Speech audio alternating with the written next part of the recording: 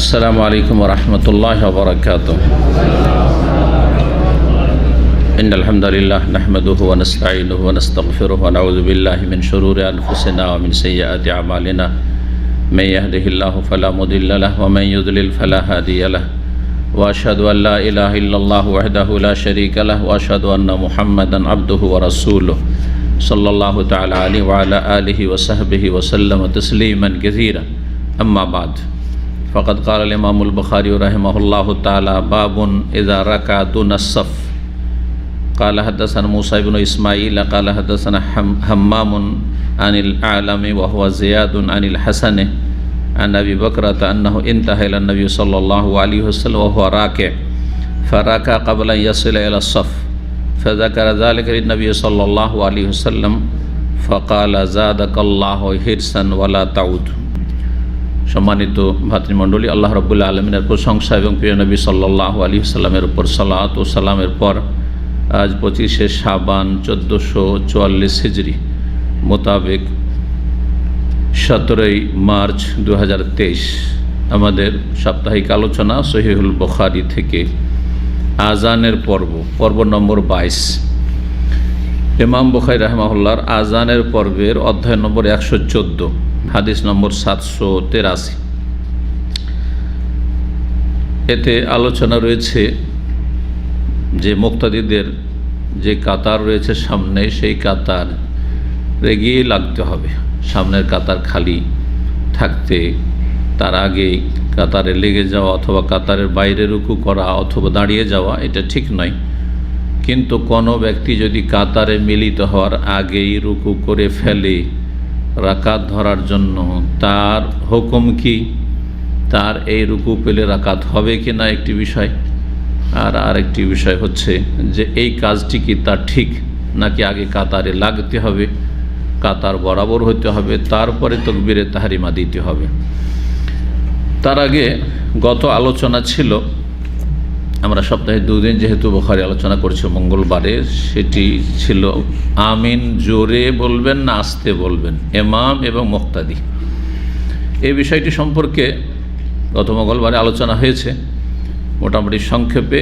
আর একটু দলিলগুলি বর্ণনা করছি যে আমিন যখন সূরা ফাতিহার তেলাওয়াত জোরে হবে তখন ইমাম মুক্তাদি উভয়ে জোরে সশব্দে আমিন বলবে। যেহেতু সশব্দে সূরা ফাতিহা আর সূরা ফাতিহার ওপর আমিন বলছেন, আমিন বলার উদ্দেশ্য যে আল্লাহ তুমি কবুল করো। যেই কথাগুলি সূরা ফাতিহা ইমাম সাহেব পাঠ করলেন অথবা আমি পাঠ করলাম, সেগুলি কি করো? কবুল করো। তাহলে দোয়া যখন সশব্দে সূরা ফাতিহা, তাহলে দোয়ার ওপর আমিনটা হবে কি? সশব্দে। এটি যুক্তিসঙ্গত, এটি দলিল সম্মত। আর যখন দোয়া আসতে হবে, অর্থাৎ জোহর আসর এই সালাতগুলিতে, এক কথায় 11 রাকাত, 70 রাকাত নয় 11 রাকাত, 6 রাকাতে শুধু সশব্দে তেলাওয়াত, আর বাকি 11 রাকাতে মনে মনে সূরা ফাতিহা পাঠ করছেন ইমাম মুক্তাদি। তাহলে যখন সূরা ফাতিহা মনে মনে পাঠ করছেন, তাহলে আমিনটাও তখন কি হবে? মনে মনে হবে। জি, তো এই বিষয় নিয়ে কিছু আলোচনা যা আইম্মায়ে কেরামগণ থেকে বর্ণনা করা হয়েছে তা আপনাদের সামনে তুলে ধরছি। তারপরে আমাদের আজকের যে বিষয় অধ্যায় পড়লাম সেখান থেকে শুরু করব। আমিনের অর্থ কি? প্রথম কথা, আমিন মানে কি? আমিন একটু টান দিয়ে, আলিফটাকে কি মদ, আমিন মানে ইস্তাজিব, কবুল করো। ইসিম ফেল আরবি গ্রামারে একে বলা হয়, মানে এমন একটা ইসিম যেটি ফেলের অর্থ বহন করে। এই জন্য এর নাম হচ্ছে ইসিম ফেল। ইসিম নাউন, কিন্তু ফেল ক্রিয়ার অর্থ বহন করে। আমিন শব্দটি হচ্ছে ইসিম নাউন, কিন্তু অর্থ হচ্ছে ইস্তাজিব, আল্লাহ তুমি কবুল করো। আমরের অর্থে নির্দেশমূলক ফেল বা ক্রিয়া, কবুল করো। যেই ব্যক্তি আমিন বলল, ইমাম হাফেজ ইবনে হাজার রাহিমাহুল্লাহ বলছেন, যে ব্যক্তি আমিন বলল সেই ব্যক্তি বিস্তারিত দোয়া করেছিল সূরা ফাতিহায়, আর সেই দোয়ার সংক্ষিপ্ত কি করলো? সংক্ষিপ্ত যেন সেই দোয়ারই পুনরাবৃত্তি করল। আত-তামিন কায়েম ও মাকামি তালখিস বাদাল বাস্তি, বিস্তারিত সূরা ফাতিহায় ওয়া ইয়্যাকা নাস্তাইন ইহদিনাস সিরাতাল মুস্তাকিম সিরাতাল্লাযিনা আনআমতা আলাইহিম গায়রিল মাগদুবি আলাইহিম, এটি হচ্ছে চাওয়া আল্লাহর কাছে। আর তার আগে 3.5 আয়াতে আল্লাহর গুণগানমূলক দোয়া, দোয়া 2 রকমের। 7টি আয়াতের 3.5টিতে আল্লাহর গুণগান, প্রথম 3.5 আয়াতে, বাকি 3.5 আয়াতে হচ্ছে আল্লাহর কাছে চাওয়া, যাচ্চামূলক দোয়া। তো বিস্তারিত দোয়ার পরে যেমন তামিন মানে আমিন যে বলছেন, এটি হচ্ছে সংক্ষিপ্ত আকারে আল্লাহ কবুল করো, মানে এই কথাগুলি, আমার এই আরজগুলি কবুল করো। তো যেই ব্যক্তি আমিন বলল, বলছেন ফাইন কালাহাল ইমাম, ইমাম যখন আমিন বলল ফাকান্নাহু দা মাররাতাইন, 2 বার করে যেন সূরা ফাতিহার দোয়া করলো। একবার সূরা ফাতিহা বিস্তারিত, আরেকবার ওর উপর আমিন বলা, তো 2 বার যেন আল্লাহর কাছে দোয়া করা হইল। মুফাসসালান সুম্মা মুজমালান, প্রথম বিস্তারিত সূরা ফাতিহা পাঠের মাধ্যমে, আর তারপরে সংক্ষিপ্ত আমিন বলার মাধ্যমে। ফথুল বারী 2য় খণ্ড 307 পৃষ্ঠা। ফথুল বারী হচ্ছে এই সহিহ বুখারীর বিশদ আকারের ভাষ্য, বিস্তারিত 12 খণ্ডে রয়েছে, 12 খণ্ডে রয়েছে। একটি খণ্ড শুধু ভূমিকায়, একটি খণ্ড 12টির মধ্যে শুধু ভূমিকায় রয়েছে। জি, আজকে থেকে 30 বছর আগে সেটা আমরা যেহেতু হাদিসে পড়াশোনা করেছি, তো আমরা তো ফ্রি পেয়েছিলাম, কিন্তু যারা অন্য ফ্যাকাল্টিতে পড়াশোনা করতো তারা কিন্তু 300 রিয়ালের উপরে তখন মূল্য ছিল। এখন তার কম সম্ভবত নেই, বা একটু কম বেশি হইতে পারে। বলছেন তারপরে উলামায়ে কেরামগঞ্জ ইত্তাফাকাল উলামা, সমস্ত আলেমরা একমত, আল আন্নাহু ইউসান্নু লিল মুনফারিদ ওয়াল মামুম, একাকী হোক আর মুক্তাদি হোক, সুন্নত হচ্ছে আমিন বলা। আমিন বলা হচ্ছে সুন্নাত। একাকী যে সালাত আদায় করছে সূরা ফাতিহাও পড়বে এবং তার সাথে আমিন বলবে। আর মুক্তাদি ইমামের কিরাতের পরে যখন ইমামের ওয়ালাদ-দাল্লিন শুনবে, আর তারপরে ইজা আম্মানাল ইমাম ফাআমিনু, যখন আমিন বলবে ইমাম তখন মুক্তাদি আমিন বলবে। জি, এই ক্ষেত্রে দলিল নবী সাল্লাল্লাহু আলাইহি সাল্লামের কি, ইজা আম্মানাল ইমাম ফাআমিনু, এই হাদিস সহিহ বুখারী মুসলিমে রয়েছে। সহিহ বুখারীতে আমাদের এই হাদিস এসেছে গত সপ্তাহের আলোচনাগুলিতে। হাদিস নম্বর 738, সহিহ মুসলিম রয়েছে 618। ইমাম ইবনে শিহাব জোহরি বলছেন ওয়াকানা রাসূলুল্লাহ ইয়াকুল আমিন, রাসূলুল্লাহ সাল্লাল্লাহু আলাইহি ওয়াসাল্লাম আমিন বলতেন, এবং রাসূলুল্লাহ সাল্লাল্লাহু আলাইহি ওয়াসাল্লামের নির্দেশ হচ্ছে ইজা আম্মানাল ইমাম, যখন ইমাম আমিন বলবে তখন তোমরাও কি বলো, আমিন বলো। তো ইমাম আমিন বলবে, এর দলিল পেলাম, তাই না? আর তোমরাও আমিন বলো, এর থেকে দলিল পেলাম যে মুক্তাদিও আমিন বলবে। তার ইমাম মুক্তাদি উভয়ে কি করবে, আমিন বলবে। এখন আমিনটা সশব্দে বলবে না নিঃশব্দে বলবে, জোরে বলবে না আস্তে বলবে? ইমাম আবু হানিফা আর মত হচ্ছে যে আন্নাহু ইউআম্মিনু সিররান, আমিন আস্তে বলবে, ইমাম হোক আর মুক্তাদি হোক আমিন আস্তে বলবে, নিঃশব্দে, মনে মনে বলবে, কিন্তু বলবে, একবারে বলবেই না এমন কথা নাই। কিন্তু আজকাল বাড়াবাড়ি করতে গিয়ে মযহাবের গোঁড়ামিতে কি করে, বলেই না। জি, তারপরে সেটি সহিহ সুন্নাহ নয়। সহিহ সুন্নাহ হচ্ছে জোরে আমিন বলা। ইমাম শাফি এবং আহমদ এবং অনেক মালিকিগণ তারা বলছে আন্নাহু ইউআম্মিনু জাহরান, উচ্চ স্বরে সশব্দে আমিন বলবে, আমিন আমিন জোরে বলবে। এখানে আরেকটি কথা বলে দিই, আমিন মানে কবুল করো, কিন্তু যখন আমিন বলবেন ওয়াহাদাল বালাদিল আমিন, দেখেন তার মানে কি, নিরাপদ বা আমানতদার, দুটো অর্থ হয়। রাজুলুন আমিন, নবী সাল্লাল্লাহু আলাইহি ওয়াসাল্লামকে সাদেকুল আমিন বলা হইত, আমিন না সাদেক আল আমিন, সত্যবাদী, এবং আমিন মানে বিশ্বস্ত ব্যক্তি। আর আমিনের আরেকটি অর্থ হচ্ছে নিরাপদ। তো আল্লাহ যে কসম করেছেন সূরা 3-এ ওয়াহাদাল বালাদিল আমিন, নিরাপদ শহর, মক্কা নগরী হচ্ছে নিরাপদ শহর, দুনিয়ার মধ্যে সবচেয়ে নিরাপদ শহর। এমনকি সেখানকার পশু পাখি, কবুতর পায়রাও নিরাপদ। দামামি নিরাপদ নাই, পেলে ধরে খেয়ে ফেলবেন আপনারা, কিন্তু মক্কাতে হাজার হাজার যদি পান ধরে খেতে পারবেন না। খরগোশ, হরিণ, দামামি যদি পান তো সুযোগ পেলে শিকার করে নেবেন, তাই না? কিন্তু মক্কায় যদি আপনার চোখের সামনে হরিণ ঘোরাফেরা করে আর খরগোশ ঘোরাফেরা করে, যাই শিকার করা, ধরতে পারবেন না আপনি, হারাম আপনার জন্য। সেখানে শুধু মানুষ নিরাপদ না, পশু পাখি, গাছপালাও নিরাপদ, গাছপালা নিরাপদ।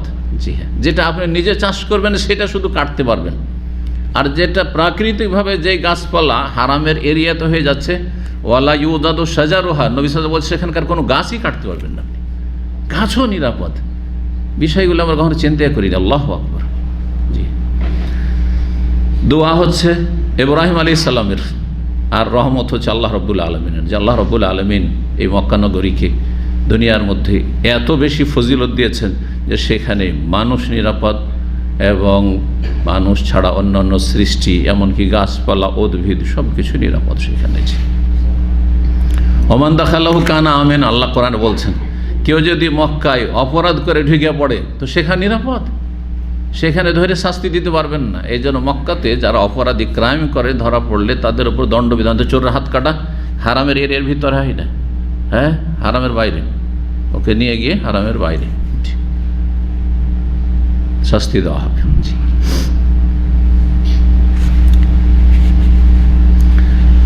আমিন জোরে বলতে হবে সশব্দে। ওয়াহাদাল কাউল হুয়া সাহি, এটি হচ্ছে সহি। ওয়ালি তাদুল্লুল আহাদিসুস সাহিহা, আর এর প্রমাণ রয়েছে সহি সহি হাদিসে। ওয়াল আসারুল ওয়ারিদ আনিস সাহাবা, এবং সাহাবাই কেরাম থেকে অনেক তাদের আমল এবং উক্তি রয়েছে। দলিল দুটো শোনাই আমিন সশব্দে বলার। আবু দাউদে রয়েছে 799 নম্বর হাদিস, আবু হুরায়রা রাদিয়াল্লাহু তাআলা আনহু থেকে বর্ণিত, তিনি বলছেন তারাকান নাসুত তামিন, কিছু লোকেরা আমিন বলা ছেড়ে দিয়েছে, আমিন বলা ছেড়ে দিয়েছে। মানুষ ধীরে ধীরে অনেক সুন্নত সম্পর্কে উদাসীন হয়ে যায়।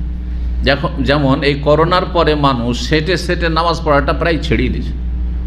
করোনা গেছে কিন্তু ওই যে করোনাতে দূরে দূরে সালাত পড়ে অভ্যাস হয়ে গেছে, যে অভ্যাসটি এখনও চালিয়েই যাচ্ছে। তো মানুষ এইভাবে সুন্নত থেকে বিভিন্ন কারণে উদাসীন হয়ে যায়, গাফিল হয়ে যায়। অজ্ঞতা সবচেয়ে বড় কারণ, জানেই না, গুরুত্বই বুঝে না। আবার জানলে অনেক সময় বিভিন্ন অজুহাত অথবা বদ অভ্যাস ইত্যাদি, গাফিলতি। অনেক লোকেরাই আমিন বলা ছেড়ে দিয়েছে। বলছেন আবু হুরায়রা, ওয়াকানা রসুল ইজা কালা, অথচ রসুল্লাহ বলেছেন যে ইজা কালা, রসুল্লাহ সাল্লাল্লাহু আলাইহি সাল্লাম যখন কি বলতেন, গায়রিল মাগযুব আলাইহিম ওয়ালাদ-দাল্লিন বলতেন, রাফা সাউতাহু, নিজেও উচ্চ স্বরে আমিন বলতেন। ফাকাল আমিন, নবী সাল্লাল্লাহু আলাইহি সাল্লাম ওয়ালাদ-দাল্লিন বলার পরে কি করতেন, রাফা সাউতাহু, আওয়াজকে উঁচা করতেন। ফাকাল আমিন, আমিন বলতে গিয়ে। ইমাম দারাকুতনি বলছেন ইসনাদু হাসান, এই হাদিসের সনদ হচ্ছে হাসান। দারাকুতনি তো রয়েছে, আর ইমাম আবু দাউদের হাদিস, সুনান আবু দাউদের রয়েছে। ইমাম বাইহাকি হাদিসটিকে হাসানুন সহিহ বলেছেন, আল্লাহ আলবানী হাদিসটিকে সহিহ বলেছেন। আর এর সমর্থক হাদিস ওয়াইল বিন হুজর থেকেও রয়েছে সিলসিলাতে, ইমাম আলবানী রাহিমাহুল্লাহ বর্ণনা করেছেন। দ্বিতীয় দলিল আমিন সশব্দে বলার, তিরমিজিতে রয়েছে, সুফিয়ান সৌরি বর্ণনা করেছেন তার সূত্রে ওয়াইল বিন হুজর সাহাবী রাদিয়াল্লাহু তাআলা আনহু থেকে, কালা, তিনি বলেন, সামিআতুন নবী সাল্লাল্লাহু আলাইহি ওয়াসাল্লাম, আমি নবী সাল্লাল্লাহু আলাইহি ওয়াসাল্লামের কাছে শুনেছি, কারা গায়রিল মাগদুবি আলাইহিম ওয়ালাদ-দাল্লিন, তিনি পাঠ করলেন, আল্লাহ তুমি যাদের উপর গজব পড়েছে তাদের রাস্তায় নিয়ে যেও না, অর্থাৎ ইহুদিদের রাস্তায় চলেও না, আর ওয়ালাদ-দাল্লিন যারা পথভ্রষ্ট অর্থাৎ খ্রিস্টান তাদের পথের পথিক করিও না। দুটোতে পার্থক্য কি, যে ইহুদিরা জানতো কিন্তু মানতো না, আর খ্রিস্টানরা জানতো না মানতো না, জাহেল মূর্খ। সেই যুগের যখন কোরআন নাযিল হচ্ছে, সেই জন্য দুই ভাগে ভাগ করা হয়েছে। মুসলিম সমাজে যারা বিভ্রান্তির পথে আছে, পথভ্রষ্ট, তারা কিন্তু দুই ভাগে বিভক্ত। জানার পরেও মানে না, মাদ্রাসা পড়ুয়া যারা সহিহ হাদিস বিরোধী আমল করে, কোরআন সুন্নাহ বিরোধী তাদের আকীদা, আল্লাহ সর্বত্র বিরাজমান, হ্যাঁ আল্লাহর আকার নেই, হ্যাঁ আল্লাহ রাব্বুল আলামিন ইত্যাদি আরও বহু যে আকীদা রয়েছে। হ্যাঁ নবীর ছায়া ছিল না, তারপরে নবী না পয়দা হলে সারা পৃথিবী পয়দা হইতো না, তাই না? হ্যাঁ নবী হায়াতুন নবী, মানে বেঁচে আছেন নবী, নবী মারা গেছেন বলা যাবে না, বিশ্বাস করা যাবে না। এই আকীদা যদি মাদ্রাসা পড়ার পরও কোরআন হাদিসের আরবি বুঝে তারপরও যদি রাখে, তাহলে তাদের মধ্যে ইহুদিদের চরিত্র রয়েছে, কারণ জানার পরে তারা মানেনি। আর যদি সমাজের মূর্খ সমাজ হয়, যারা ইসলাম বুঝেও না, যার ফলে বাপদাদা থেকে পরম্পরা যেটা ইসলাম পেয়েছে সেটাই মানে, আর সেই ইসলাম হচ্ছে আসল ইসলাম নয়, জি, গুমরাহি, ভ্রষ্টতা। তাহলে তাদের মধ্যে খ্রিস্টানদের চরিত্র রয়েছে, যে খ্রিস্টানরা অজ্ঞতার সাথে তারা বিভ্রান্ত ছিল, দলেন, আর ইহুদিরা জানার পরে মানেনি, সেজন্য তাদের আল্লাহর গজব পড়েছে, তাদের আল্লাহর ক্রোধ আরও বেশি। তাহলে সাধারণ লোকের চাইতে যারা পড়েছে ইসলাম তারপরে গুমরাহ, তাদের আল্লাহর গজব, আল্লাহর ক্রোধ বেশি, অনেক বেশি। এবং তাদের কাছে আল্লাহর কাছে জবাবদেহিতা কঠিন হবে, কারণ আল্লাহ জিজ্ঞেস করবেন যে তুমি তো আরবি বুঝতে, কোরআন বুঝতে, আর রহমাল আর শেস্তাওয়া, আল্লাহ আরও সে, আর তারপরে বলছেন না আল্লাহ সর্বত্র, জবাব দাও। মূর্খ লোক, আল্লাহ আমি তো বুঝতাম না, আমি তো মনে করতাম আমার গ্রামের হুজুর সবচেয়ে বড় আল্লাহ, আমাদের এত বড় পাগড়িওয়ালা হুজুর, আমাদের পীর সাহেব, ওর মতো আল্লাহর ওলি আর কি আছে, এটাই ভাবতাম। তো সেই জন্য দললেন, পথভ্রষ্ট, মুক্তি পাবে না কিন্তু শাস্তি কম হবে। মোল্লা গুমরার চাইতে জনগণ যারা গুমরা পথভ্রষ্ট তাদের শাস্তি কম হবে, কিন্তু শাস্তি হবে। জি, তো নবী সাল্লাল্লাহু আলাইহি ওয়াসাল্লাম গায়রিল মাগদুব আলাইহিম দাল্লিন বলার পরে ফাকালা আমিন, আমিন বললেন। ওয়া মাদ্দা বিহা সাউতাহু, আর আমিন বলাই তিনি আওয়াজে টান দিলেন। মাদ্দা মধ্য মানে টান দাও, আমিন টান দিলেন। মাদ্দা মানে ও টান দিয়ে বলা, আর রাফা মানে উচ্চস্বরে সশব্দে বলা। তাহলে দুটো হাদিস পেলেন, আবু দাউদ এবং তিরমিজির। ইমাম তিরমিজির এই হাদিসটি ইমাম নবী রাহিমাহুল্লাহ বলছেন, ফিকহের কিতাব প্রসিদ্ধ অনেকগুলি খণ্ডে রয়েছে, তৃতীয় খণ্ড 328 পৃষ্ঠা, ইসনাদহু হাসান। এই হাদিসের সনদ, তিরমিজির হাদিসটির সনদ হচ্ছে হাসান, খুব সুন্দর। ওয়াসাহুল আলবানী, ইমাম আলবানী হাদিসটিকে সহিহ বলেছেন। ইমাম তিরমিজি বলছেন যে হাদিস ওয়াইল বিন হুজুর হাদিসুন হাসান।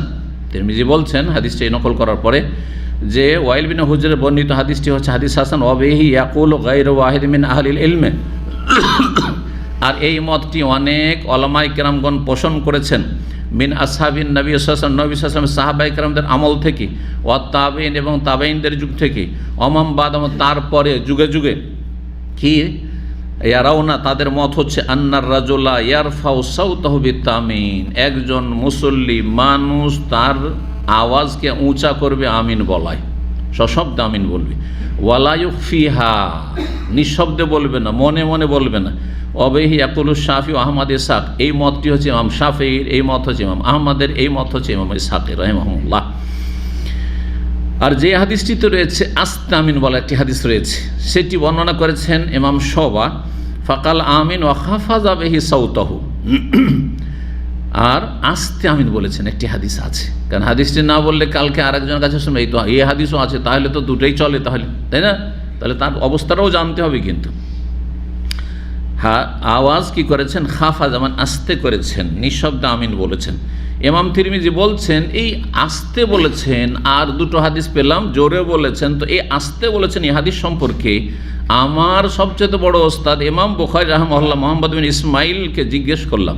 মুহাম্মদ বিন ইসমাইলকে, ইমাম বুখারীর নাম মুহাম্মদ আর বাপের নাম হচ্ছে ইসমাইল। জিজ্ঞেস করলাম যে এই হাদিসটা আস্তে আমিন বলার হাদিসটা কি, ঠিক না কি? ইয়াকুল, তিনি বললেন হাদিস ও সুফিয়ান আসাহ মিন হাদিসে শোবা ফি হাজা, এ আমিন বলার ক্ষেত্রে শোবার হাদিসের চাইতে সুফিয়ান সৌরির হাদিস বেশি সহি। দুইজন সহপাঠী শুনেছেন, একই ওস্তাদ বর্ণনা করছেন, কিন্তু একজনের ভ্রম হয়েছে। শোবার অনেক সময়, শোবাও ইমাম, তিনি ফাকিহ আর হাদিসের বর্ণনাকারী প্রসিদ্ধ, কিন্তু বড়দের ভুল হইতে পারে। আমার ভুল হইতে পারে না? হ্যাঁ, আমি এত দাস দিচ্ছি, তার ভুল হইতে পারে না? না, এই যে জনগণ মনে করে না না না এত বড় শেখ, আর তারপরে কি করে ভুল হয়? আরে আবু হানিফা, শাফি, মালিক, আহমদের ভুলের কথা বলছেন যে ওনাদের ভুল হয়েছে। হ্যাঁ, আমি কে বা? কথা বোঝা গেছে? শেখ আলবানির ভুল হয়নি? আছে, ভুল আছে। সমস্ত আইম্মা কেরামদের কিছু না, কারো কম আছে, কারো পার্থক্য আছে, কারো কম আছে, কারো বেশি আছে। যাদের আকীদাগত ভুল আছে মোটেই নেওয়া যাবে না, কিন্তু ফিকহি মাসলা মাসাইলে দলিল কোনটা সহি জয়ীফ এসব ফতুয়ায় কিছু ক্ষেত্রে ভুল আছে। আবার কিছু কিছু আছে, আজকাল যেমন আছে বেশ কিছু বক্তা আমাদের আহলে হাদিস বলে পরিচিত, কিন্তু উদ্ভট সাজ ফতুয়া, বিরল ফতুয়া আছে, খুব বেশি ভুল আছে, পরিত্যক্ত। আমারই যদি 80% ভুল হয় তার পরিত্যক্ত, আমার কাছ থেকে নেবেন না, এটা হচ্ছে তরিকা।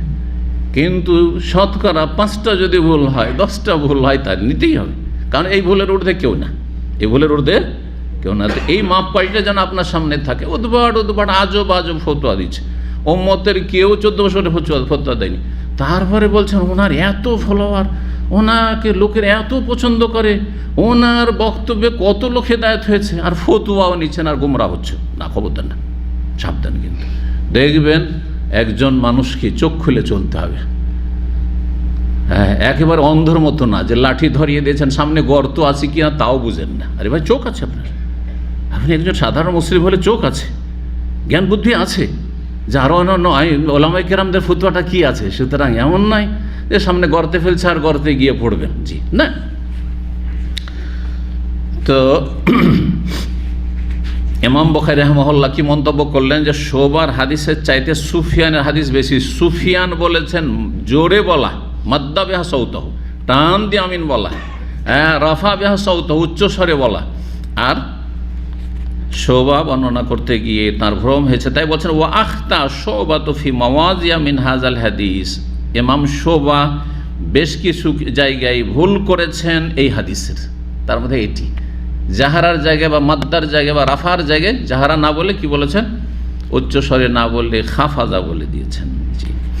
ইমাম তিরমিজি আরও বলছেন ওয়াসাল তাবাজর, ইমাম বুখারীর মন্তব্য তো হইল আস্তে আমিন বলার হাদিস সম্পর্কে, যে হাদিস সহিহ নয়।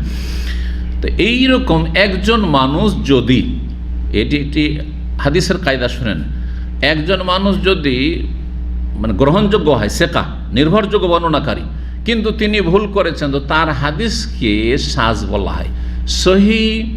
সহি বর্ণনা অন্যান্যরা যা করছেন তার বিরোধিতা যদি করে, 10 জন একদিকে আর 2 জন একদিকে, বোঝা গেছে, অথবা 2 জনের মধ্যে যিনি বেশি সিনিয়র তিনি একদিকে, আর যিনি তার চাইতে তুলনামূলক জুনিয়র তিনি একদিকে, কিন্তু তিনিও গ্রহণযোগ্য।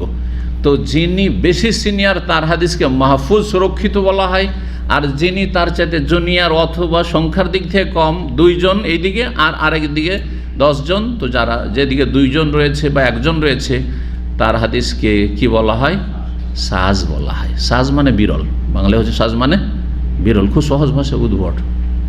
10 জন একরকম কথা বলছে, আপনি একাই বলছেন নেবেন? হ্যাঁ, আপনার 10 জন একটা ঘটনা স্বচক্ষে দেখে এসছেন, আপনার একরকম বর্ণনা করছেন, আর যদি আমি একাই বলি তো চলবে? হবে না।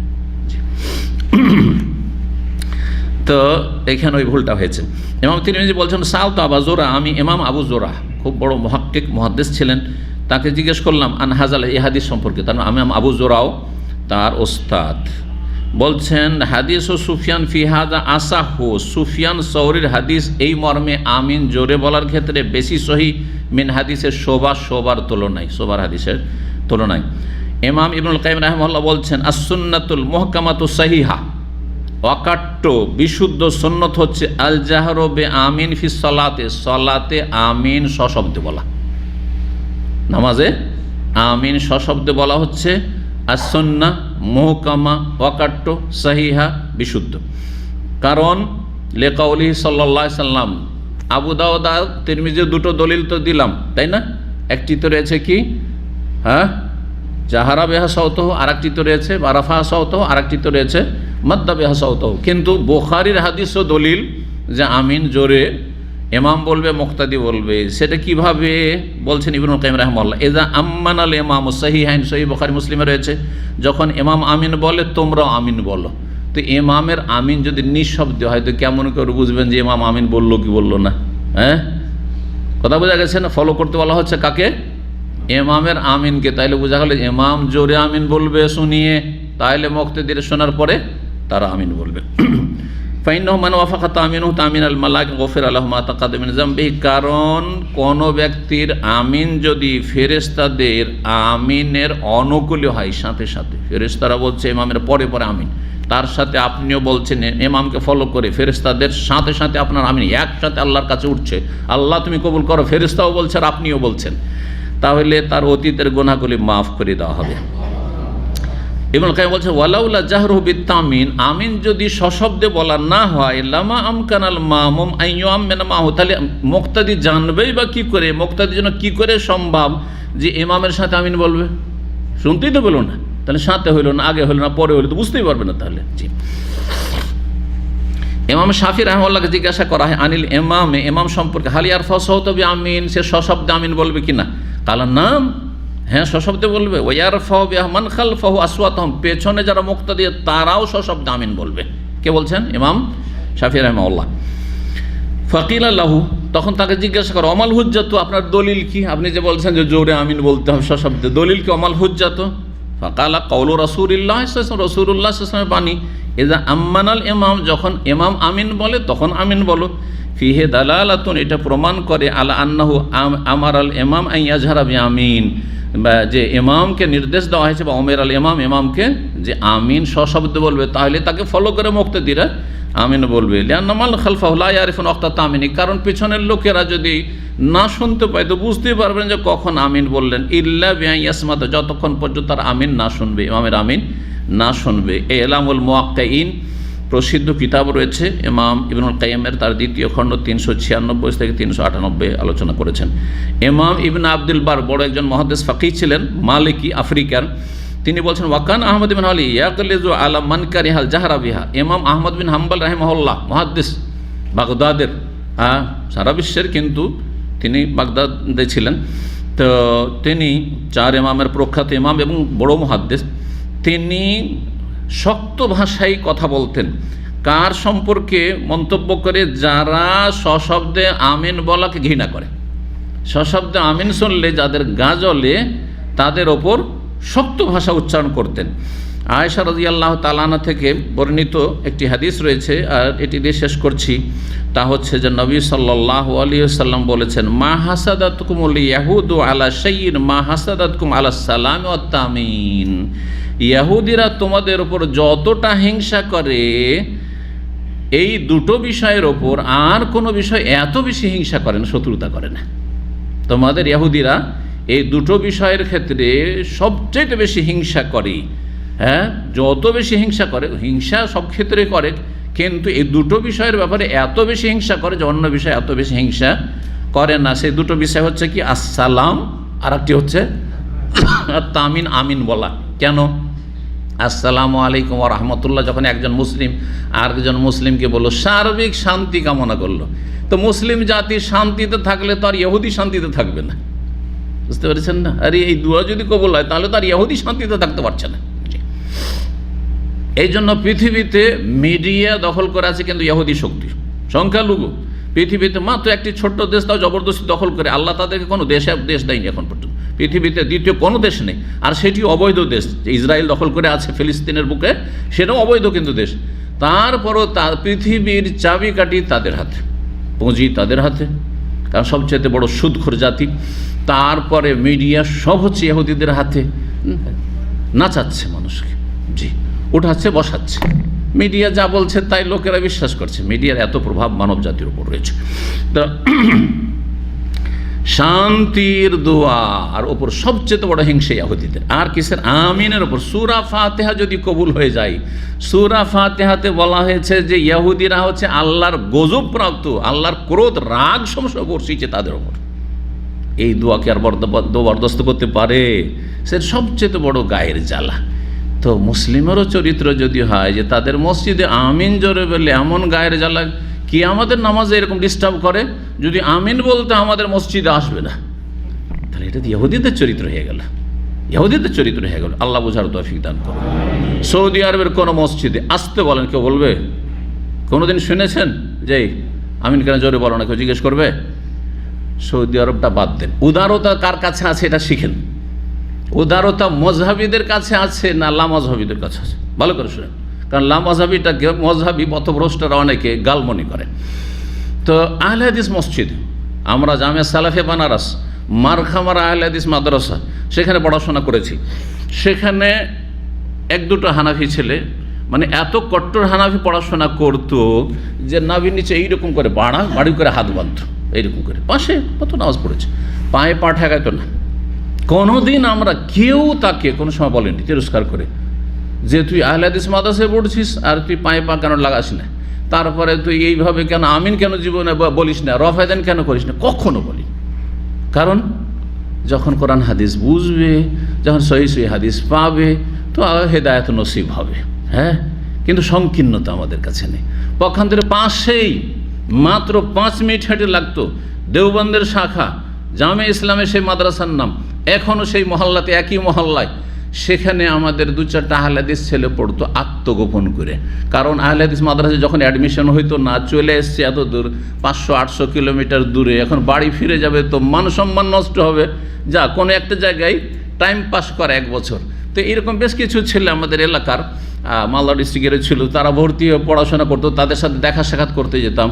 তো তারাকে দেখতাম যে সব 2 হাতে মুসাফা করছে যান বাঁচাবার জন্য, যা না হলে এখান থেকে বহিষ্কার করে দেবে। ওদের সিস্টেম হলে যদি জানতে পারে যে ইসলাম মযহাবী আহলে হাদিস আছে, তাহলে মাদ্রাসা থেকে বহিষ্কার, ভাত নাই ওখানে। জি, এই হচ্ছে অবস্থা, বাস্তব সত্য চোখে দেখা ঘটনা বর্ণনা করছি। এবং তিক্ত অভিজ্ঞতা, আমার বড় চাচা আব্দুস সালাম, আমার বড় চাচা আব্দুস সালাম রাহেমাহুল্লাহু তাআলা, ভালো করে শোনেন। জি, আমার বাবাদের মধ্যে তিনি সবচেয়ে বড়, তিনি আলেম ছিলেন এবং দেওবন্দে পড়েছেন আজকে থেকে কতদিন আগে, আমার জন্মের আগে দেওবন্দে পড়েছেন। তার মানে আমারই তো 60 হইতে যাচ্ছে, তাহলে তার আগে হয়তো 65 বছর আগে। তখন সেখানকার শাইখুল হাদিস ছিলেন হোসেন আহমদ মাদানী, নাম শুনেছেন হয়তো। তো সেই যুগে হোসেন আহমদ মাদানী, আল্লাহ মাফ করে, আমাদের মালদা ডিস্ট্রিক্টে এক মাহফিলে এসেছিল দেওবন্দীদের। আসার পরে দেওবন্দির অভিযোগ করলো যে অনেক লামাযহাবী, কারণ আহলে হাদিস প্রধান এলাকা মালদা, রাজশাহী, এগুলো হচ্ছে আহলে হাদিস প্রধান এলাকা, মেজরিটি আহলে হাদিস। অভিযোগ করলো যে দেওবন্দে অনেক লামাযহাবীরা লুকিয়ে লুকিয়ে পড়াশোনা করে। জানতে পারার পরে সেখানে গিয়ে তদন্ত কমিটি লাগাইলো, আর এমন তদন্ত হলো, তারপরে যাকে যাকে জানতে পারলো যে আহলে হাদিস, আমার চাচা আব্দুস সালাম, আর একজন কুতুবউদ্দিন বা কিতাবুল্লাহ বলেছিলেন, ওনার বন্ধু, এরা বহিষ্কৃতদের একটা লিস্ট ছিল তার অন্তর্ভুক্ত। সেখান থেকে বহিষ্কার হওয়ার পরে এমন রিয়াকশান হলো, একটা রিয়াকশান আছে যৌবনকালে মানুষের, তো এই রিয়াকশানে ওই লাইনই বাদ দেওয়ার পরে কলকাতা আলিয়া থেকে ডিগ্রি ফির করে সরকারি চাকরি নিল, আর তারপরে ভালো একজন হোমিও বায়োকেমিকের ডাক্তার হয়ে গেল। তারপরে মাদ্রাসা পড়াকে আর পছন্দই করতো না সারা জীবন, আল্লাহ যেন মাফ করে দেন। রিয়াকশান এটি কি জুলম অত্যাচার। তখন জামিয়া সালাফিয়া একটি আহলে হাদিস প্রতিষ্ঠান ভারতে খোলার জন্য তারা চিন্তা করতে বাধ্য হলো যে আমাদের ছেলেরা গিয়ে লুকিয়ে লুকিয়ে হানাফি মাদ্রাসায় পড়াশোনা করছে, আর সেখানে গিয়ে রফায়েদার করতে পারছে না, পায়ে পা লাগাতে পারছে না, আমিন জ্বলে উঠতে পারছে না, জানলে তাদের খবর আছে। এইভাবে কতদিন চলে, আর তারপরে তাদের কাছ থেকে গিয়ে বিভ্রান্ত হচ্ছে, ভুল শিক্ষা নিচ্ছে। তারপরে আলহামদুলিল্লাহ এখন বহু আহলে হাদিস সালাফি মাদ্রাসা হয়েছে, ভারতে হয়েছে, আলহামদুলিল্লাহ বাংলাদেশেও বহু সালাফি মাদ্রাসা হয়েছে। 20-30 বছরের মধ্যে এত সালাফি আহলে হাদিস মাদ্রাসা বাংলাদেশ হয়েছে, যেটা 100 বছর ইতিহাসে বাংলার জমিনে ছিল না। আলহামদুলিল্লাহ, এটা হচ্ছে শুভ সংবাদ আমাদের জন্য এবং ভালো একটি মানে ভবিষ্যৎ, উজ্জ্বল ভবিষ্যতের দিকে ইঙ্গিত করে। আল্লাহ রাব্বুল আলামিন এটাকে যেন বৃদ্ধি করেন আর ঐক্যকে টিকিয়ে রাখার যেন তৌফিক দান করেন। কথাগুলি বললাম, হয়তো অনেক ভাইদেরকে যাদের মধ্যে অন্ধত্ব রয়েছে, গোঁড়ামি রয়েছে, একদিকে কানা হয়ে দেখেন, তাদের কষ্ট লাগবে, কিন্তু কষ্ট দেওয়ার উদ্দেশ্য নাই। তিক্ত অভিজ্ঞতার কথা বললাম, আর বললাম যে আমাদেরকে কোরআন সুন্নাহ অনুসারী হইতে হবে, কোরআন সুন্নাহর অনুসারী হইতে হবে। আহলে হাদিসও যদি কোনো আলেম ভুল করে, আমি ভুল ধরি, এটা আপনারা বুঝতেই পারছেন যারা নিয়মিত আসেন, ভুল, কিন্তু কথা হচ্ছে যে আকীদা মানহাজটা সোজা হইতে হবে, আকীদায় যেন ত্রুটি না থাকে। আল্লাহ বুঝার তৌফিক দান করেন। আর হাদিস বিরোধীতে গোঁড়ামি না থাকে। কোরআন হাদিস এসছে, ইমাম আবু হানিফা তো তাই বলেছেন, এই যা সাহাল হাদিস ও সহি হাদিস আমার মযহাব। তাহলে সহি হাদিস মানলে তো আর হানাফি থেকে বেরিয়ে যান না। আপনি নাম যদি হানাফিও রাখেন, যদি এসব নামের কোনো মূল্যই নেই, তা মুসলিম, হ্যাঁ, আর তারপর কোরআন সুন্নাহর অনুসারী, আপনি ব্যক্তির সাথে কেন সম্পৃক্ত করে হানফিয়া, শাফিয়ার, মালিকার, অমুক আর তমুক হইতে যাবেন? বরং আপনি সোজা সালাফদের সাথে, সাহাবায়ে কেরামদের সম্পৃক্ত হন, সালাফি বলেন, মুসলিম সালাফি, আর না হলে মোহাম্মদী, আমি মোহাম্মদ সাল্লাল্লাহু আলাইহি ওয়াসাল্লামের সাথে সম্পৃক্ত, মোহাম্মদ সাল্লাল্লাহু আলাইহি ওয়াসাল্লামের সাথে। একজন ব্যক্তিকে আল্লাহ রসুল করে পাঠিয়েছেন। জি, আল্লাহ বোঝার তৌফিক দান করুন। তো যাই হোক, এই কথাগুলির পরে এখন ফিরে আসি 114 নম্বর অধ্যায়ে। বাবুন, এই অধ্যায় হচ্ছে, বুখারী বলছেন, এজা রাকা দুনাস সাফি, কাতারের বাইরে, কাতারের লাগার আগেই কেউ যদি রুকু করে ফেলে। কিসের জন্য রুকু করে? এরকম, হ্যাঁ, রাকাত ধরার জন্য এই কাজটি করে। কি বলছিলাম, শুরুতে বলেছি, কাজটি ঠিক না ভুল, হ্যাঁ, সহি না গলত, 1। 2 নম্বর, যে এইভাবে রুকু পেলে কি রাকাত হবে, নাকি কিয়াম দাঁড়ানো পেতে হবে আর সূরা ফাতিহা পেতে হবে? এই মাসলাগুলি এই হাদিসে, একটি হাদিসে আসবে। 783 নম্বর,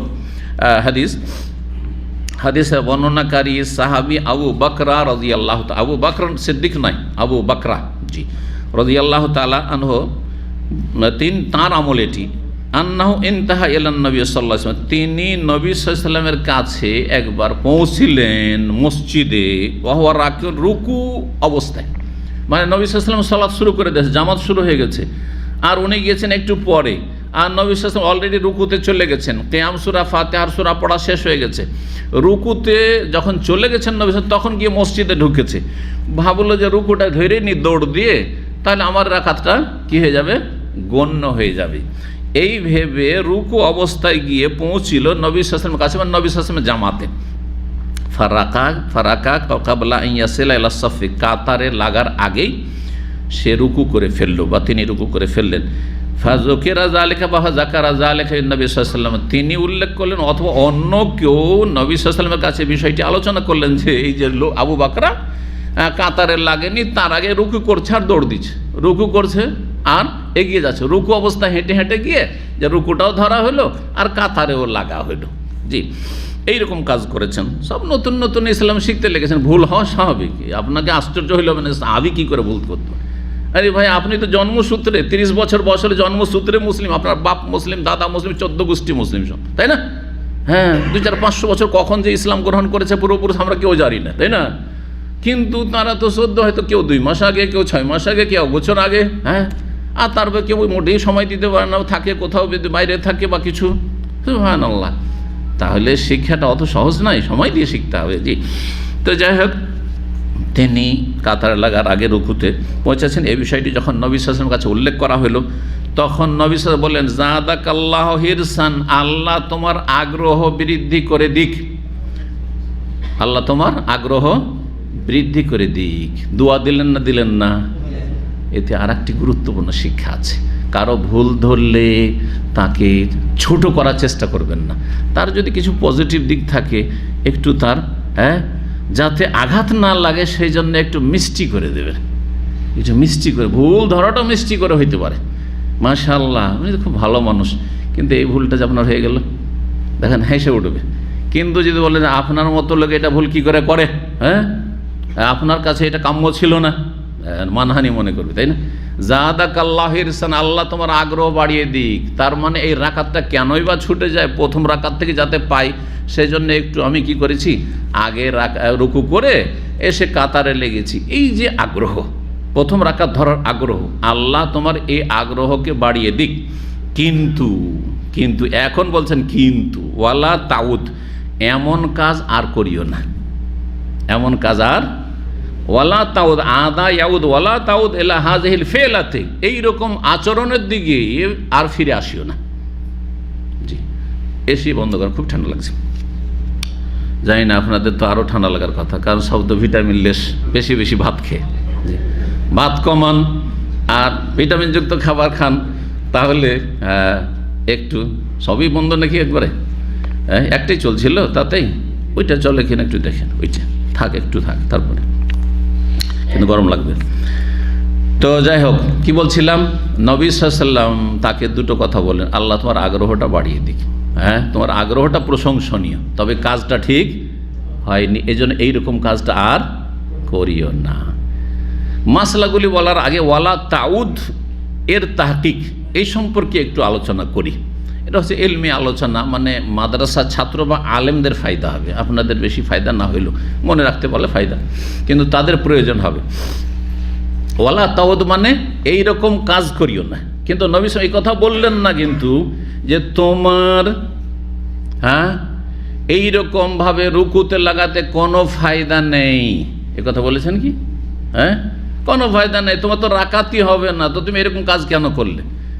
আল্লাহ তোমার আগ্রহটা বাড়িয়ে দিক, তবে এমনটা করিও না, এরকম কাজ করিও না। কাতারে লাগবে, তারপরে আল্লাহু আকবার তাকবীরে তাহমিদ দিয়ে তারপর রুকুতে যাবে, এটা হচ্ছে সুন্নতি তরিকা, সহি তরিকা। আর তুমি আগেই তুমি আল্লাহু আকবার কাতারে লাগার আগে আর তারপরে রুকু হাঁটছেন আর রুকু করে আছেন, তো এটা চলবে না, এরকম কাজ আর করিও না। ওয়ালা তাউদ, এইটি হচ্ছে সহি উচ্চারণ এবং এটি হচ্ছে সহি ব্যাখ্যা, ওয়ালা তাউদ। কিন্তু কেউ কেউ বলেছেন যে না, এটি ওয়ালা তৈদ, ওয়ালা তঈদ, এই আদা থেকে ওয়ালা তঈদ মানে তাহলে অর্থ হয়ে যাবে তুমি এই রাকাত পুনরায় আদায় করিও না। তার মানে তোমার রাকাত গণ্য হয়ে গেছে, আর এই রাকাতকে কি করিও না, পুনরাবৃত্তি করিও না, মানে পুনরায় আদায় করিও না। কেউ কেউ উচ্চারণ করেছে, কিন্তু এই উচ্চারণ ঠিক নয়। মাসলা আপন জায়গায় ঠিক, মাসলা ইখতলাফ রয়েছে, পরে ইখতলাফ দুটো মত রয়েছে বলছি, যে রুকু পেলে রাকাত হবে কিনা, মুদ্রাকে রুকু মুদ্রাকে রাকাত কিনা, কিন্তু এই উচ্চারণটি ঠিক নয়। 2 নম্বর কেউ কেউ উচ্চারণ করেছে এরকম।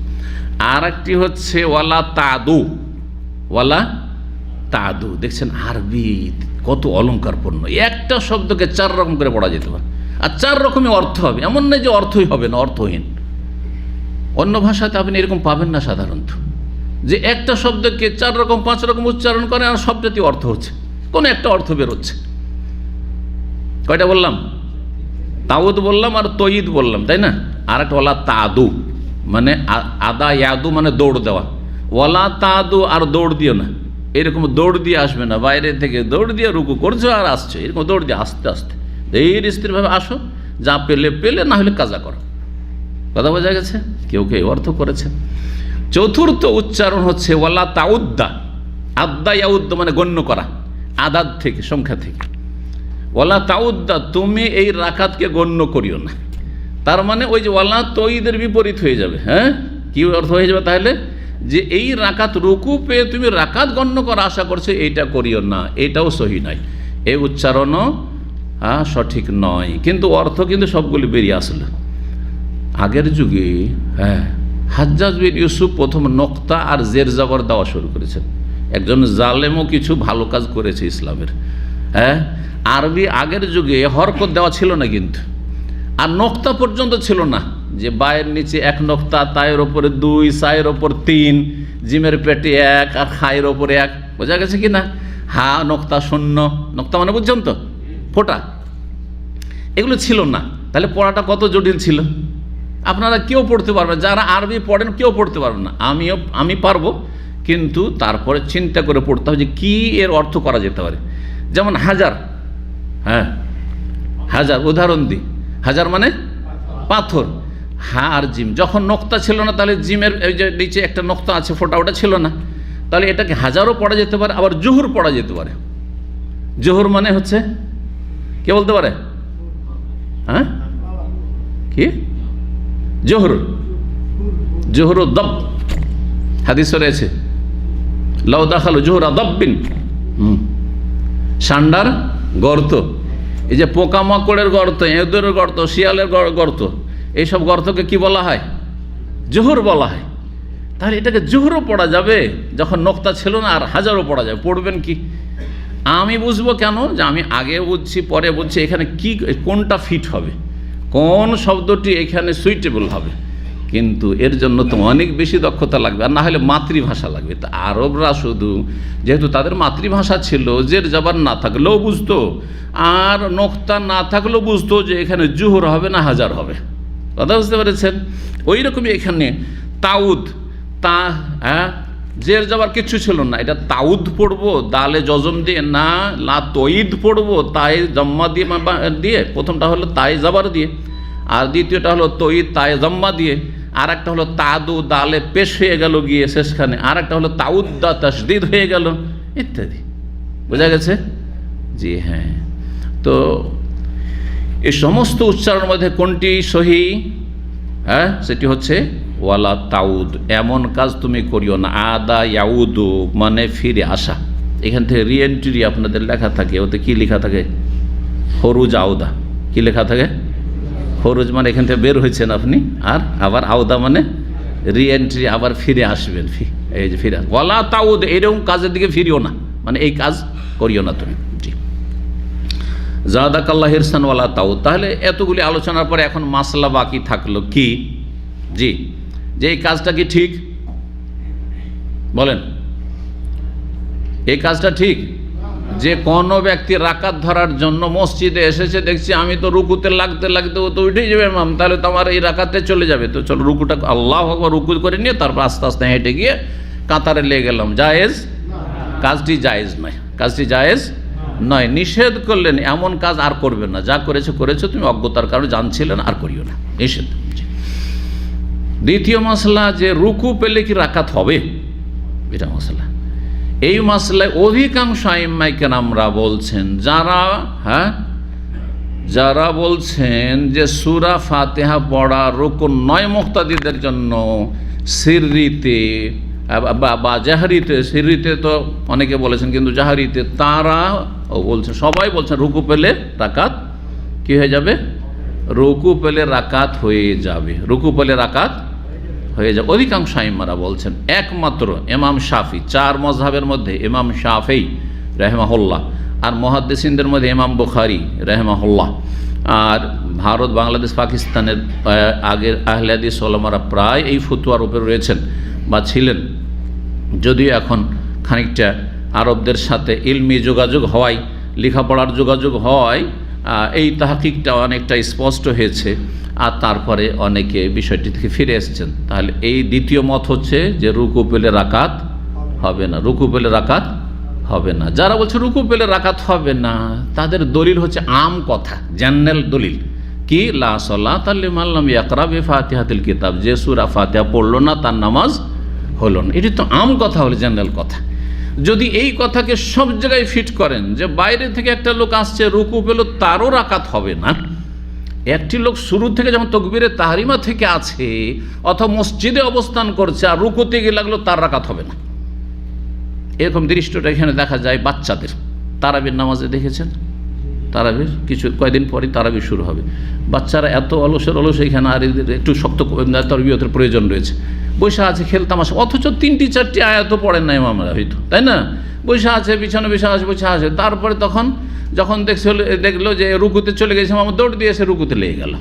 আরে ভাই, ইচ্ছে করে তুমি সূরা ফাতিহা পড়লে না, আর এখানে রুকুতে লাগছো তুমি, হবে না তোমার।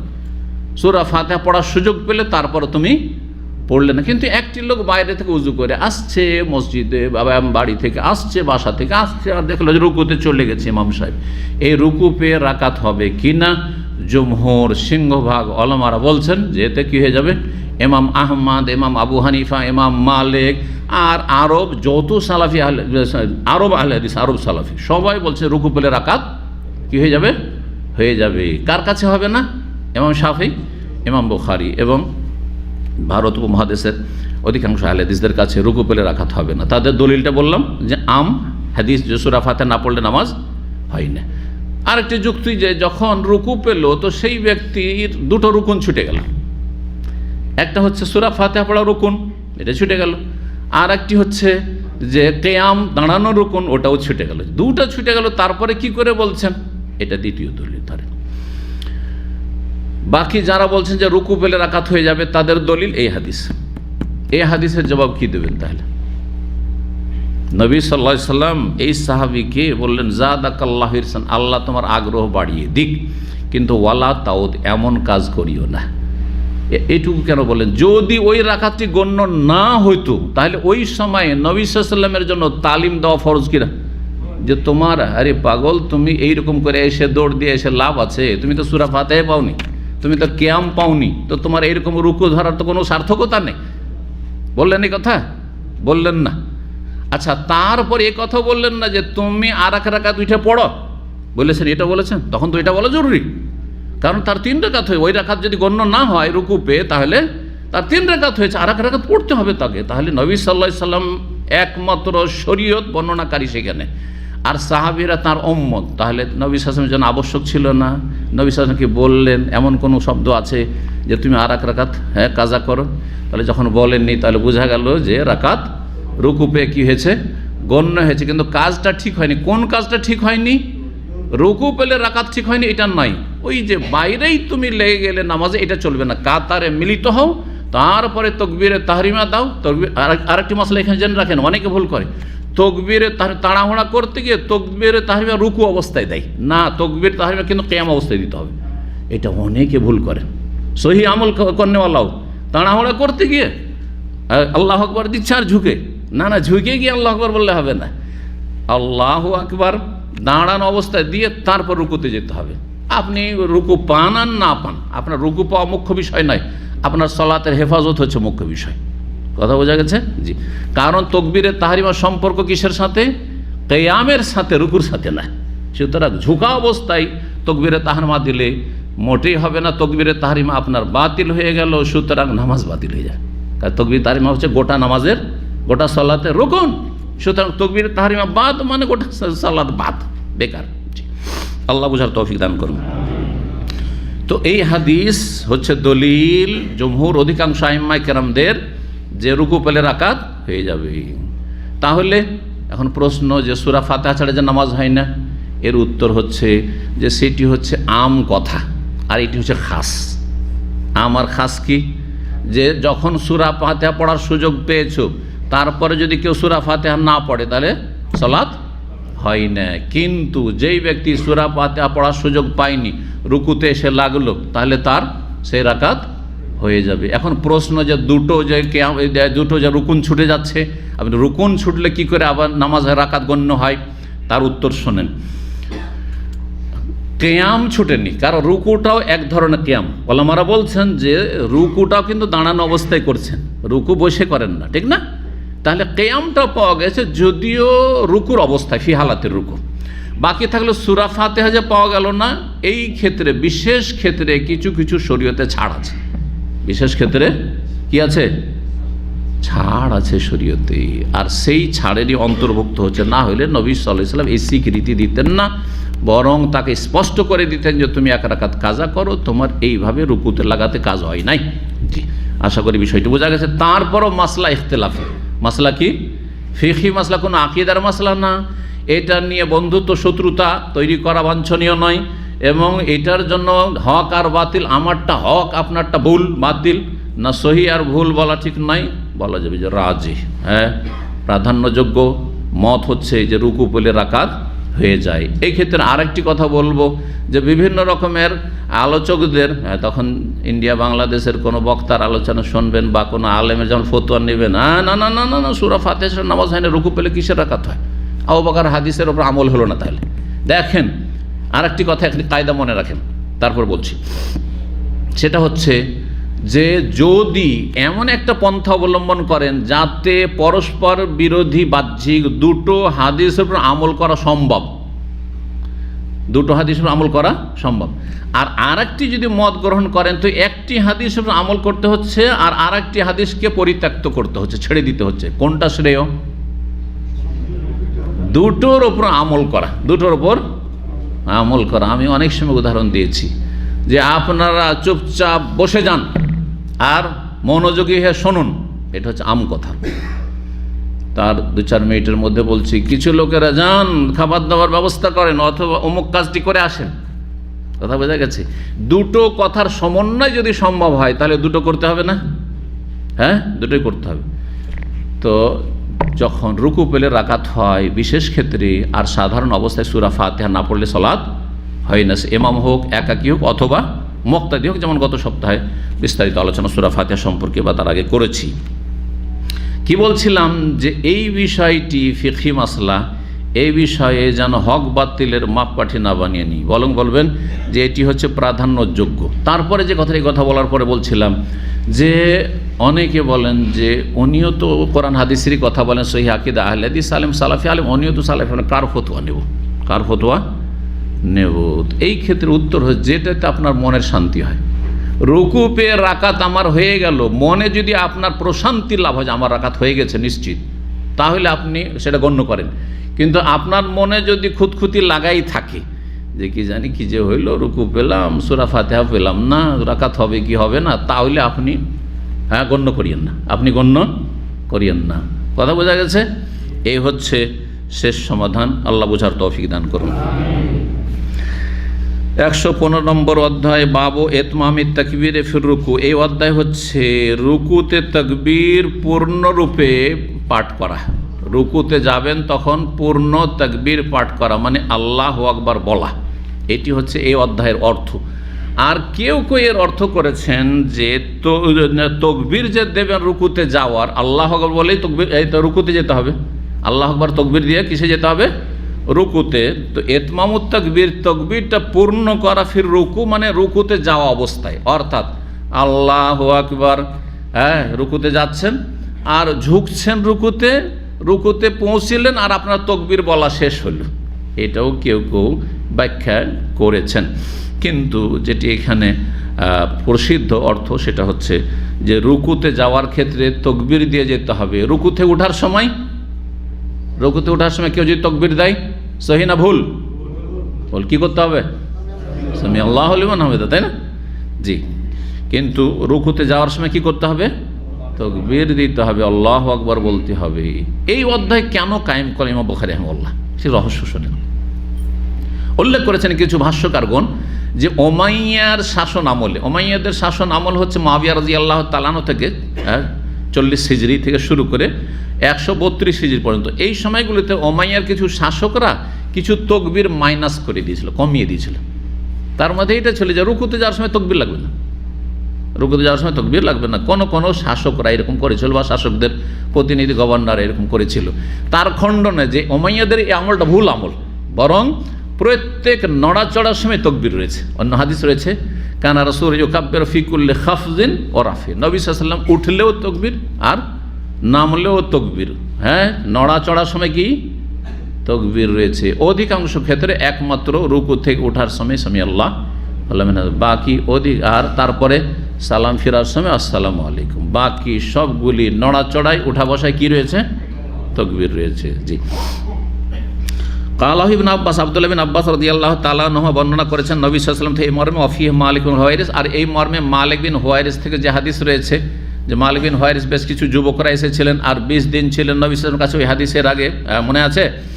আর তাতে তারা শিখে গেলেন, তাদেরকে যে সলাৎ শিখেছেন তাতে তকবীর রয়েছে, রুকুতে যাওয়ার সময় কি রয়েছে? তকবীর রয়েছে, এরকম সিজদায় যাওয়ার সময় তকবীর রয়েছে।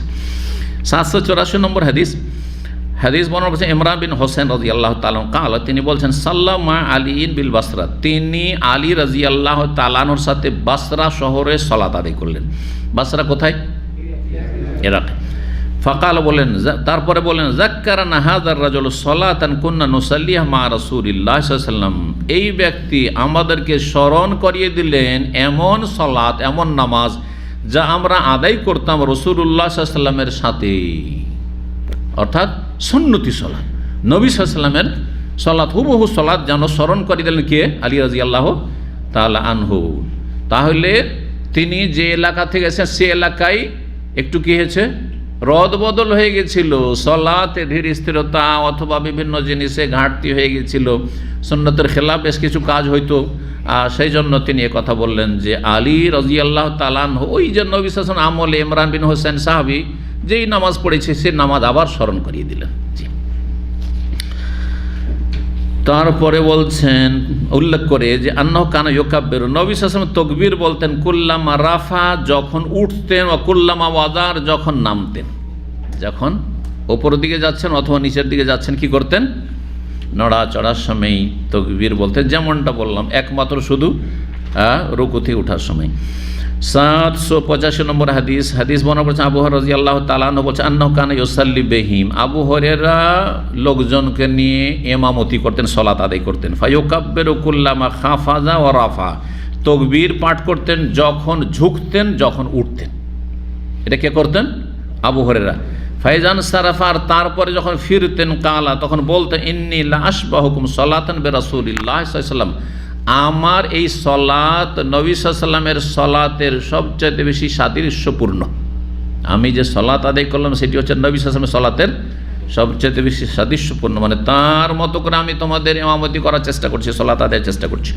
116 নম্বর অধ্যায় বাবু ইতমামি তাকবীর ফিস সুজুদ, সেজদায় যাওয়ার সময় তকবীর পূর্ণ করতে হবে, তকবীর দিতে হবে। এই সময়টাও উমাইয়ার কিছু শাসকরা তকবীর মাইনাস করে দিয়েছিল, সেই জন্য তার খণ্ডনে এই অধ্যায় কায়েম করা হয়েছে।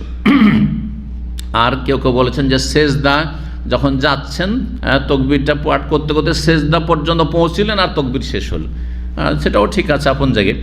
786 নম্বর হাদিসের বর্ণনাকারী মোতাররিফ বিন আব্দুল্লাহ তা বলছেন কালা সাল্লাইতু খালফা আলী বিন আবি তালিব, আমি আলী রাদিয়াল্লাহু তাআলা আনহু, আবু তালেবের ছেলে আলী রাদিয়াল্লাহু তাআলা নবী সাল্লাল্লাহু জামাই, তার পিছনে সালাত আদায় করলাম। আমি ছিলাম ইমরান বিন হোসেন, আর সাহাবী ইমরান বিন হোসেন ছিলেন।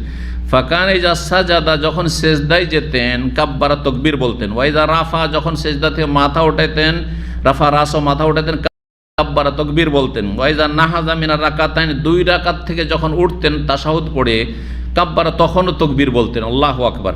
ফালাম্মা কাযা সালাত, যখন সালাত সম্পূর্ণ করলেন, আখাযা বিয়াদি ইমরান বিন হোসেন, আমার হাতটা ইমরান বিন হোসেন ধরলেন আর বললেন, কাদ যাক্কারানি হাযা, এই ব্যক্তি অর্থাৎ আলী রাদিয়াল্লাহু তাআলা আমাকে স্মরণ করিয়ে দিল সালাত মুহাম্মাদিন সাল্লাল্লাহু আলাইহি ওয়াসাল্লাম, মুহাম্মদ সাল্লাল্লাহু আলাইহি ওয়াসাল্লামের সালাত, ওই যে নবী সাল্লাল্লাহু পেছনে সালাত আদায় করেছি মসজিদে নববীতে, ওই সালাত স্মরণ করিয়ে দিলেন। কিন্তু আমি অন্য অন্য জায়গায় হয়তো সামদেশে ছিলেন, সেখানে যাদের পিছনে নামাজ পড়েছি সব গভর্নর শাসকরা, তারা সুন্নতের খেলাফ অনেক নামাজ পড়ায়। আও কাল কাদ সাল্লাবিনা সালাত মুহাম্মদ আলাইহিস সালাতু ওয়াসসালাম, আমাদেরকে যে নামাজ পড়ালেন, সালাত আদায় করালেন আলী রাদিয়াল্লাহু তাআলা, এটি ছিল মুহাম্মদ সাল্লাল্লাহু আলাইহি সাল্লামের সালাত। 787 নম্বর হাদিস, হাদিস ইকরামা বর্ণনা করছেন, কাল রাআইতু রাজুলান ইনদাল মাকাম, আমি একজন ব্যক্তিকে দেখলাম মাকামে ইব্রাহিমের কাছে। মাকাম ইব্রাহিম কোথায়? মক্কায়, কাবার সামনে যে মাকাম ইব্রাহিম চেনেন তো? জি, গ্লাসে যে গোল করে ঘেরা আছে, মাকাম ইব্রাহিমের কাছে সালাত আদায় করলেন। দেখলাম একজন মানুষকে, ইউকাব্বিরু ফি কুল্লি খাফজিন ওয়া রাফিন, প্রত্যেক নড়া চড়ায় উঠা বসায় কি করছেন সালাতের ভিতরে? তাকবীর বলছেন। ওয়াইজা কামা ওয়াইজা ওয়াদা, যখন দাঁড়াইছেন আর যখন ঝুঁকছেন। ফাখবারতু ইবনে আব্বাস রাদিয়াল্লাহু আনহুমা, আব্দুল্লাহ বিন আব্বাস রাদিয়াল্লাহু তাআলা আনহুমাকে আমি বললাম। তার মানে ইকরামা যেখানে ছিলেন সেখানে কিন্তু ওই যে বনু উমাইয়ার কিছু শাসকরা কিছু তকবীরকে কি করে দিয়েছিল? কমিয়ে দিয়েছিল। সেজন্য তাকে আজব মনে হইল, এটা দেখে আজব মনে হইল। তিনি কে ছিলেন পরের হাদিস আসছে তখন বলছি। যেই লোকের তিনি সালাত দেখেছিলেন আর প্রত্যেক নড়াচড়াতে কি করছেন? তাকবীর পাঠ করছেন। তো বলছেন আবু রাদিয়াল্লাহু ইবনে আব্বাস রাদিয়াল্লাহু তাআলা আনহুমাকে যখন বললাম, তখন বললেন, আওয়ালাইসা তিলকা সালাতান নবী সাল্লাল্লাহু আলাইহি সাল্লাম লা উম্মা লাকা, এটি কি নবী সাল্লাল্লাহু আলাইহি ওয়াসাল্লামের সালাত নয়? আরে ঠিকই তো পড়েছে, যেটা দেখেছো এটাই তো ঠিক। তুমি তাহলে যাদের পিছনে এতদিন সালাত আদায় করেছো সেটাই ভুল। হ্যাঁ, যেটা দেখলে এখন এইটাই ঠিক। লা উম্মা লাকা, তুমি যেন মাতৃহীন হয়ে যাও। লা উম্মা লাকা মানে তোমার মা যেন না থাকে, সহজ ভাষায় তোমার মা যেন না থাকে। এই যদি এই কথা আজকাল বলা হয় তো মারামারি মানে ফাটাফাটি হয়ে যাবে, তাই না? কিন্তু সেই যুগে আরবদের মধ্যে এটা ছিল, প্রচলন ছিল। কার ওপরে কাউকে একটু তিরস্কার করার জন্য লা উম্মা লাকা সাকেলাত কা উম্মাক, কখনো বলছে তুমি মাতৃহীন হয়ে যাও, আর কখনো বলতো সাকেলাত কা উম্মুক, তোমার মা যেন তোমাকে হারিয়ে ফেলে, মানে তোমার মা যেন নিঃসন্তান হয়ে যায়। এত বড় গাল কেউ দেয় তো আমাকে তো ধ্বংসের গাল দিল, তাই না? না না, তো এগুলো চলতো সেই যুগে, এগুলোকে বলা হয় সেই যুগের চলতো, সমাজে চলতো। সুতরাং সেগুলি আপত্তিকর ছিল না।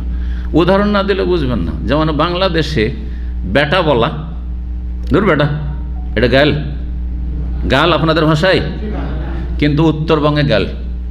রাজশাহী চাপায় এসে বেটা বলিয়েন, মার খেয়ে বড় লোক হয়ে যাবেন। আচ্ছা না, এই যে যেটা আছে দিনাজপুরের আছে, বুঝতে পারছেন না?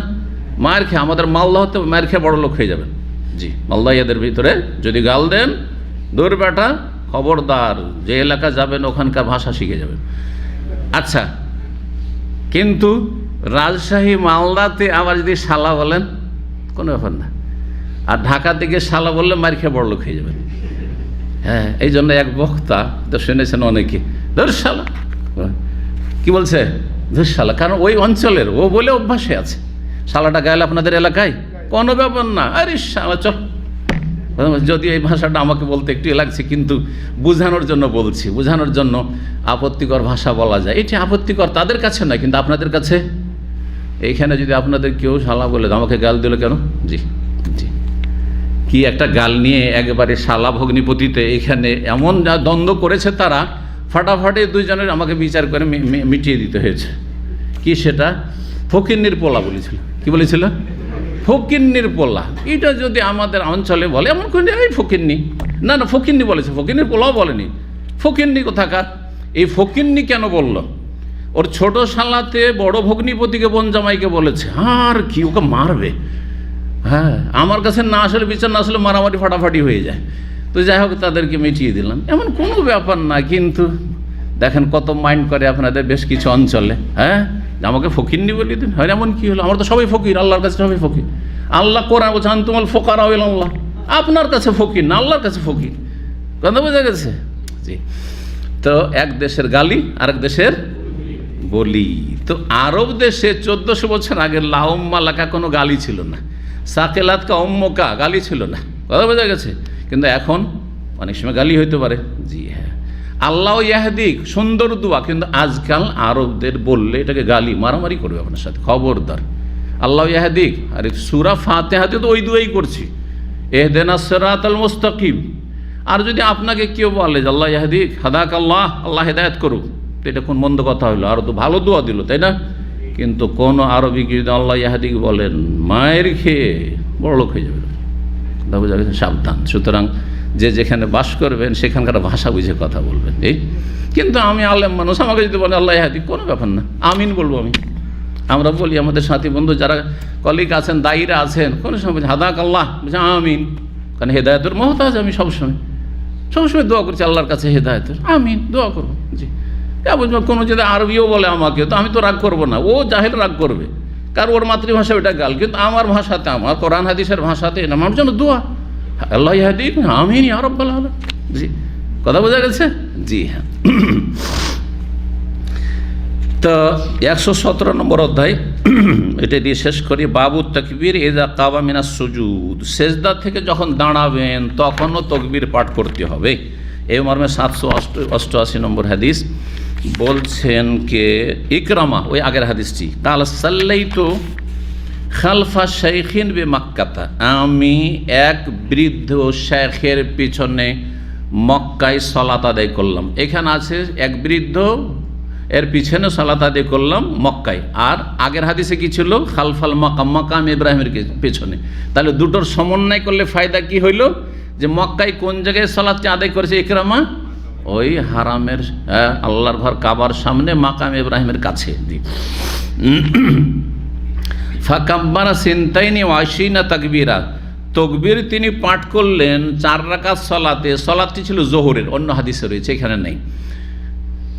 সিনতাইনি ওয়া আশরিনা তাকবীরা, 22 তাকবীর দিয়ে, 22 তাকবীরে। এখন পর্যন্ত মনে হয় কেউ হিসাব করেননি যে 4 রাকাতে কতটি তাকবীর দিতে হয়। আজকে হিসাবটা শুনে বুখারীর হাদিস আসছে, কথা বোঝা গেছে। তো 22 তাকবীরে সালাত আদায় করলাম। ফাকুলতু লিবনে আব্বাস, তখন আব্দুল্লাহ বিন আব্বাসকে বললাম, কারণ ইকরামা জানে না যে 22 তাকবীর, কারণ কয়েকটা তাকবীর ওই বানু উমাইয়ার শাসকরা কমিয়ে দিয়েছে, 22 তাকবীর হয় না। আর 22 তাকবীর শোনার পরে অবাক হয়েছেন তিনি, ইকরামা তাবিক। তিনি বলছেন, ইবনে আব্বাসকে বললাম যে ইন্নাউ আহমাক, আহমক বুঝেন, এটা একটা গাল, কিন্তু আহমক মানে কি? আরবি শব্দ, একদম দেখেন বুখারীর হাদিস, ইন্নাউ আহমাক, এ হচ্ছে আহমক। আহমক মানে হচ্ছে নির্বোধ। জি হ্যাঁ, নির্বোধ মানে তো বোকা, নির্বোধটা ভদ্র ভাষা হইল, আর বোকাটা গাইল হয়ে গেল। হ্যাঁ, আপনি কি কিছু বুঝেন না? নির্বোধ আর বোকা, বোকা বললে মারামারি হবে, কিন্তু নির্বোধ বললে অতটা হবে না, একটু হয়তো মাইন্ড করবে, তাই না? ভাষাতে অনেক কিছু আছে। আমার শ্বশুর সাহেব রাহিমাহুল্লাহ তাআলা খুব পরেজগার আলেম ছিলেন। তো তিনি বলতেন যে বাবা, ভাষাতেই সব কিছু আছে। তো আমাকে খুব ভালোবাসতেন, সমস্ত এর মধ্যে খুব সম্মান করতেন, এক ছেড়ে খাবে না। তো বলতেন যে দেখো, বাপের স্ত্রীকে যদি বলা হয়, এমনকি সৎমাকেও যদি বলা হয় অমুক হচ্ছে আমার বাপের স্ত্রী, তাহলে হ্যাঁ, ওই সৎমা তো রাগ করে করে বাপও অসন্তুষ্ট হয়ে যাবে। আমার বাবার স্ত্রী নয় সৎমাটা, নিজের মাটাও বাপের স্ত্রী, তাই না? কিন্তু আমার বাবার স্ত্রী যদি বলে, তো মাও জুতা মারবে, আর সৎমা তো আরও শত্রুতা বেড়ে যাবে, তাই না? হ্যাঁ, কিন্তু যদি বলেন যে আমার সৎমা অথবা আমার নিজের মা, মায়ের মতো প্রিয় শব্দ আর পৃথিবীতে কিছু নেই। কিন্তু ওই মাটাকে যদি বলেন বাপের স্ত্রী, তাহলে মারি খাওয়া কাজ করলেন আপনি, নাফরমান হয়ে গেলেন আপনি। কথা ঠিক কিনা? ভাষাতে সব কিছু রয়েছে। আল্লাহ আমাদের ভাষা ভালো করার তৌফিক দান করে। ইন্নাহু আহমাক, সেই যুগে আহমক চলতো, কিন্তু এখন চলবে আহমক গাল দেওয়া? আহমক বললে মারামারি হয়ে যাবে। তো তিনি তার সামনে বলেননি, কিন্তু বলছেন আহমক, জানেন না নাকি নামাজ পড়াইতে? তার মানে দেখেন, এত বড় ব্যক্তি, এই যে শেখ যাকে বলা হয়েছে তার নাম বলছি, তখন বুঝতে পারে যে কত বড় ব্যক্তিত্ব তিনি ছিলেন। আর 22 তাকবীরে যখন নামাজ পড়াইলেন, আর ইকরামা যেহেতু জানছিল না, না জানলে আলেমের কে কদর করে, কিন্তু আলেমকে আলেম জানলে না কদর করবে এলেমের, কথা বুঝতে পারছেন? তো বলছে এই তো আহমক মনে হচ্ছে, কারণ এই তো তকবীর বাড়িয়ে দিল, 22 তাকবীর করে দিল। হ্যাঁ, ভুলটা সে জানে। এই জন্য আমাদের বেদাতি সমাজে আপনি সহিটা বললেও আপনি পথভ্রষ্ট। হ্যাঁ, আমি তাদের কাছে ফিতনাবাজ, অথচ আমি তাদের হিতাকাঙ্ক্ষী। কথা বুঝতে পারছি? আমি তাদেরকে জান্নাতের দিকে ডাকছি, তাওহীদ সুন্নতের দিকে ডাকছি, কিন্তু তাদের শত্রু আমি। কথা বুঝতে পারছেন? কারণ অজ্ঞতা। তো এই অজ্ঞতার কারণে আহমক বলে ফেললো, মন্তব্য করে, বিরূপ মন্তব্য করি। তো আহমক নির্বোধ, কিছু জানে না, নামাজ টামাজ পড়াইতে জানে না, বুড়া। ফাকালা, তখন ইবনে আব্বাস তো জানেন ওই ব্যক্তিকে, আমার চাইতে সিনিয়র, রে কম না। তো বলছেন, সাকেলাতকে অম্মক, তোমার মা তোমাকে হারিয়ে ফেলুক, তোমার মা তোমাকে। এটা দেখেন আর একটা গাল, আজকালকার যুগাল, কিন্তু তখন গালি ছিল না, একটা প্রবাদ ছিল, সাকেলাতকে অম্মক, তোমার মা তোমাকে হারিয়ে ফেলুক। সুন্নাত আবুল কাসিম, এইটি হচ্ছে আবুল কাসিম সাল্লাল্লাহু আলাইহি সাল্লামের সুন্নাত। 22 তাকবীরে 4 রাকাত নামাজ পড়া, এইটি হচ্ছে রাসূলুল্লাহ সাল্লাল্লাহু আলাইহি সাল্লামের সুন্নাত। কেমন করে সুন্নাত? জি হ্যাঁ, হ্যাঁ, প্রত্যেক রাকাতে 5 তাকবীর আছে। তাহলে 4 5 কয়টি হয়? 20। 4 5 20 রয়েছে। আর হ্যাঁ, তাশাহুদ থেকে ওঠার আর এক তাকবীর, হ্যাঁ, আর তাকবীরে তাহরিমা। জি, তাকবীর আহসানত, মাশাআল্লাহ। কারণ অন্য করে তাকবীর তাহরিমা কতটি হয়ে গেল? 22 তাকবীর হবে। 22 তাকবীর যদি কি বলে আপনার 4 রাকাত পড়েন তো 22 তাকবীর, তাহলে 3 রাকাত পড়লে কত হবে? 70। মাশাআল্লাহ, হিসাব করে দিয়েছে। 2 রাকাত পড়লে 11। মাশাআল্লাহ, হিসাব করে রেখেছে। জি, খালাস, এই ফার্স্ট আজকে প্রাইজ দেওয়া উচিত। মাশাআল্লাহ। একটি হাদিস এই অধ্যায় আছে, এটা শেষ করে নিই। 789 নম্বর হাদিস। হাদিস বর্ণনা করছেন আবু হুরায়রা রাদিয়াল্লাহু তাআলা আনহু। আবু হুরায়রার কাছে শুনেছেন আবু বকর ইবনে আব্দুল হারিস, প্রখ্যাত তাবিঈ ফাকিহ। ইয়াকুলু, তিনি বলছেন, ওয়া কানা রাসূলুল্লাহ সাল্লাল্লাহু আলাইহি ওয়াসাল্লাম ইযা কামা ইলা সলাতে, রাসূলুল্লাহ সাল্লাল্লাহু আলাইহি ওয়াসাল্লাম যখন সলাতে দাঁড়াইতেন, ইউকাব্বিরু, তাকবীর বলতেন।